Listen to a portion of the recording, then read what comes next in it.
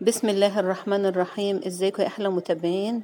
تعالوا نعمل لبن جوز الهند بطريقة سهلة وبسيطة، والمكونات برضو هتبقى بسيطة جدا، وبتطلع معاكي نتيجة حلوة قوي. كمان بيبقى معاكي من المنتج ده كام منتج تاني. معانا كوباية جوز هند. لما تيجي تجيبي جوز الهند يبقى هاتيه من النوع اللي هو الدسم او الخشن شوية او المبشور العريض، بيديلك نتيجة اجمل واحسن من المبشور الناعم.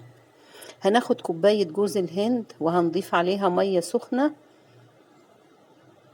وهنسيبها لما تبرد، وبعد كده ممكن تبيتيها في التلاجة عشان نستخدمها تاني يوم. هتحتاجي ان انت تنقعيها مدة كبيرة عشان تقدري ان انت تطلعي منها لبن جوز الهند اللي احنا هنطلعه معانا، وبجد طعمه حلو قوي. لما جوز الهند اللي احنا نقعناه برد وبيتناه في التلاجة، خدناه ضربناه في الخلاط، وبتبتدي ان انت تصفيه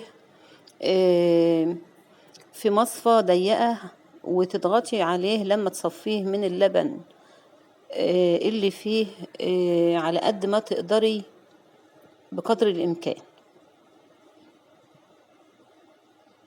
حتى لو انت ممكن تجيبي شاشة وتصفي فيه جوز الهند ده، بيطلع منه كل السوائل او المية اللي موجودة جواه. بيرجع تاني معانا جوز الهند اهوت،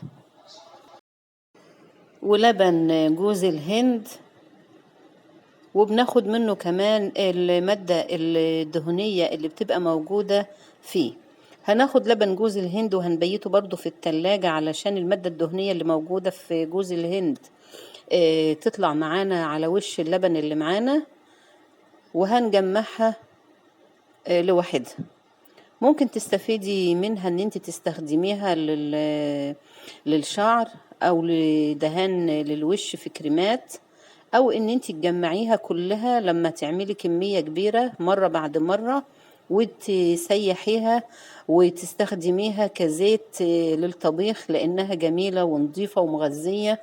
ومعاكي 3 حاجات طلعتيهم من منتج واحد اهيت، بس كمية صغيرة. دي المادة الدهنية اللي على الوش، وده لبن جوز الهند، وده جوز الهند اللي طلع معانا في الاخر. بتجففيه وتستخدميه في حشو الحلويات، كأنك انت معاكي 3 منتجات من منتج واحد.